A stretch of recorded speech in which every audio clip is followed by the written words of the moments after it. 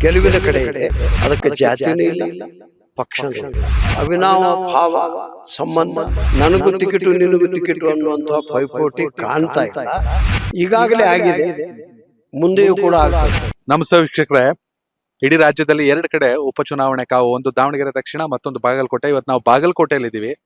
ಕಾಂಗ್ರೆಸ್ನ ಹಿರಿಯ ನಾಯಕರು HY ಮೇಟಿ ಅವರು ಕಾಲವಾದ ಬಳಿಕ ಬಂದಿರುವಂತಹ ಬೈ ಎಲೆಕ್ಷನ್. ನಾವಿವತ್ತು SJ ನಂಜಯ್ಯಮಠ್ ಬಾಗಲಕೋಟೆಯ ಜಿಲ್ಲಾಧ್ಯಕ್ಷರು ಹಾಗೆ ನಿಗಮ ಮಂಡಳಿಯ ಅಧ್ಯಕ್ಷರು, ಜೊತೆಗೆ ಕಾಂಗ್ರೆಸ್ನ ಹಿರಿಯ ನಾಯಕರು, ಅವ್ರನ್ನೇ ಮಾತಾಡ್ಸೋಣ. ಹೇಗಿದೆ ಬಾಗಲಕೋಟೆ ಲೆಕ್ಕಾಚಾರ ಅಂತ. ಸರ್ ನಮಸ್ತೆ.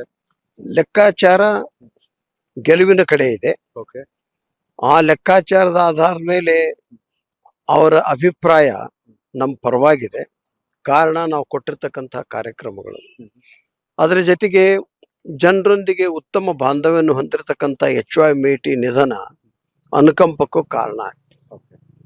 ಮನುಷ್ಯನ ಅನುಕಂಪವನ್ನ ಯಾರೂ ತಡೆ ಹಿಡಿಯೋದಕ್ಕಾಗೋದಿಲ್ಲ. ಅದು ಮಾನಸಿಕವಾಗಿ ತೀರ್ಮಾನ ಮಾಡಬೇಕಾಗಿರ್ತಕ್ಕಂಥ ವಿಚಾರ. ಅದಕ್ಕೆ ಜಾತಿನೂ ಇಲ್ಲ, ಪಕ್ಷನೂ ಇಲ್ಲ. ನಿಮ್ಮ ಮತ್ತು ಮೇಟಿಯವರ ಒಡನಾಟ ಯಾವ ರೀತಿ ನೆನೆಸ್ಕೋತೀರಾ ಸರ್?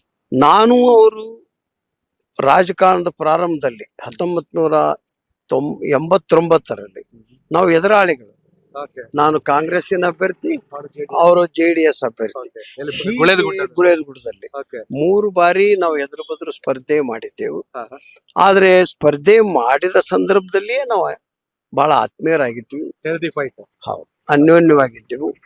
ನಮ್ಮ ವಿಚಾರದಲ್ಲಿ ಇದೊಂದು ಸ್ಪರ್ಧೆ ಹೊರತಾಗಿ, ಇದೊಂದು ಗೆಲುವು ಸೋಲು ಹೊರತಾಗಿ ವೈರತ್ವ ಅಲ್ಲ ಅನ್ನುವಂಥ ವಿಚಾರಧಾರೆಯ ಮನಸ್ಸು ನನಗೂ ಇತ್ತು, ಅವರಿಗೂ ಇತ್ತು. ಹೀಗಾಗಿ ಎಷ್ಟು ಎಂದಿನಿಂದ ಮೇಟಿ ನನಗೆ ಪರಿಚಯ ಆಗಿದ್ದಾರೆ.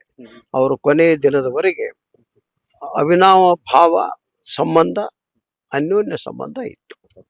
ಸರ್, ಈಗ ಟಿಕೆಟ್ ವಿಚಾರಕ್ಕೆ ಬಂದ್ರೆ ನೀವೇ ಡಿಸೈಡಿಂಗ್ ಫ್ಯಾಕ್ಟರ್ ಅನ್ನೋದು ಆಲ್ಮೋಸ್ಟ್ ಎಲ್ಲರಿಗೂ ಗೊತ್ತಿರುವಂತ ವಿಚಾರ. ಒಂದ್ ಕಡೆ ಉಮೇಶ್ ಅವರು ಕೇಳ್ತಾರೆ, ಇನ್ನೊಂದ್ ಕಡೆ ಮಲ್ಲಿಕಾರ್ಜುನ್ ಕೇಳ್ತಾರೆ, ಬಾಯಕ್ಕ ಅವ್ರು ಕೇಳ್ತಾರೆ, ಕೊನೆ ಮಗಳು ಮಾದೇವಿ ಅವರು ಕೂಡ ಮಾಧ್ಯಮಗಳ ಮುಂದೆ ಹೇಳ್ತಿದ್ದಾರೆ ನಾನು ಆಕಾಂಕ್ಷಿ ಅಂತ. ಒಂದು ರೀತಿ ನಿಮಗೆ ಕಷ್ಟದ ಸಂಗತಿ, ಯಾಕಂದ್ರೆ ಇದು ನಿಮ್ದೇ ಫ್ಯಾಮಿಲಿ ಇದ್ದಂಗೆ. ಈಗ ಈ ಚುನಾವಣೆಗಳ ಸ್ಪರ್ಧೆಯಲ್ಲಿ ಆಕಾಂಕ್ಷಿಗಳು ಸಾಮಾನ್ಯ.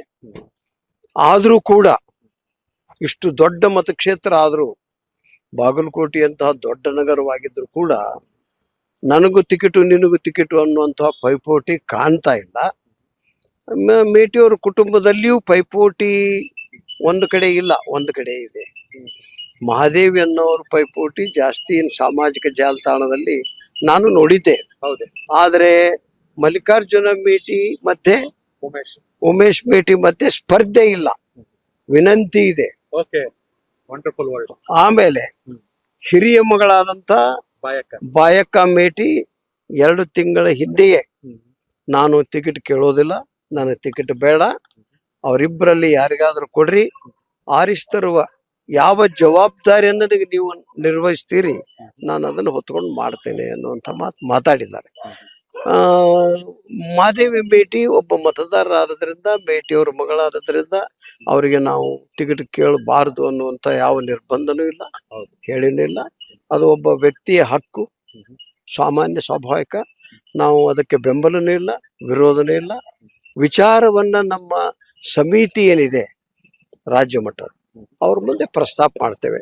ಕೊನೆಗೆ ಶ್ರೀಮಾನ್ ಅಧ್ಯಕ್ಷರಾಗಿರ್ತಕ್ಕಂಥ DK ಶಿವಕುಮಾರ್ ಅವರು, ಶ್ರೀಮಾನ್ ಸಿದ್ದರಾಮಯ್ಯನವರು ವೀಕ್ಷಕರ ರಿಪೋರ್ಟಿನ ಆಧಾರದ ಮೇಲೆ, ನಮ್ಮ ಪಕ್ಷದ ನಾಯಕರ ವಿಚಾರಧಾರೆಯ ಆಧಾರದ ಮೇಲೆ ತೀರ್ಮಾನ ಮಾಡ್ತಾರೆ. ಅದೇ ಮನೆಯಲ್ಲಿ ಕೊಡ್ತಾರನ್ನುವಂತ ವಿಶ್ವಾಸ ನಮ್ದಿದೆ. ಒಂದ್ ಕಡೆ ವೀರಣ್ಣ ಚರಂತಿಮಠ ಅವರು ಕೂಡ 3 ಬಾರಿ ಗೆದ್ದವರು. ಅವ್ರ ತಮ್ಮ ಮಲ್ಲಿಕಾರ್ಜುನ್ ಚರಂತಿಮಠ ಅವರೇ ಬಂಡಾಯ ಎದ್ದಿದ್ರು, ಎಲ್ಲ ಆಗಿತ್ತು. ಈಗ ಅವರು ಕಾಂಗ್ರೆಸ್ ಅಲ್ಲಿ ಇದ್ದಾರೆ. ಇದು ಕೂಡ ಒಂದ್ ರೀತಿ ಕಾಂಗ್ರೆಸ್ ಪ್ಲಸ್ ಆಗುತ್ತೆ ಅನ್ಸುತ್ತೆ. ಈಗಾಗಲೇ ಆಗಿದೆ, ಮುಂದೆಯೂ ಕೂಡ ಆಗ್ತದೆ. ಮುಂದೆ ಕೂಡ ಆಗ್ತದೆ. ಹೀಗಾಗಿ ಇದು ಒಂದ್ ರೀತಿ ಅನುಕಂಪ ವರ್ಸಸ್ ಅನುಭವದಲ್ಲಿ ಮೇಟಿ ಅವರೇ ದೊಡ್ಡವರು. ಆದ್ರೆ ಬಾಗಲಕೋಟೆ ವಿಚಾರಕ್ಕೆ ಬಂದಾಗ ಇವ್ರು 3 ಸಲ ಗೆದ್ದಿದ್ರು. ಅನುಕಂಪ ವರ್ಸಸ್ ಅನುಭವದ ನಡುವಿನ ಯುದ್ಧ ಅಂತೀರಾ? ಈಗ ನಾವು ಮಾಡೋ ಕ್ಯಾಂಡಿಡೇಟ್ ಹೊಸಬ್ರು.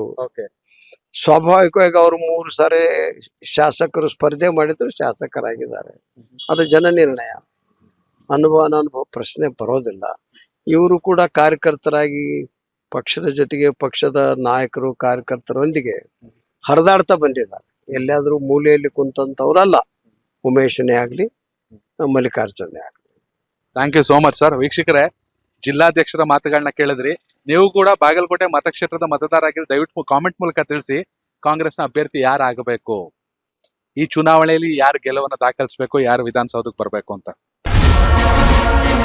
ಕನೆಕ್ಟ್ ಕರ್ನಾಟಕ, ಇದು ನಿಮ್ಮ ನೆಟ್ವರ್ಕ್.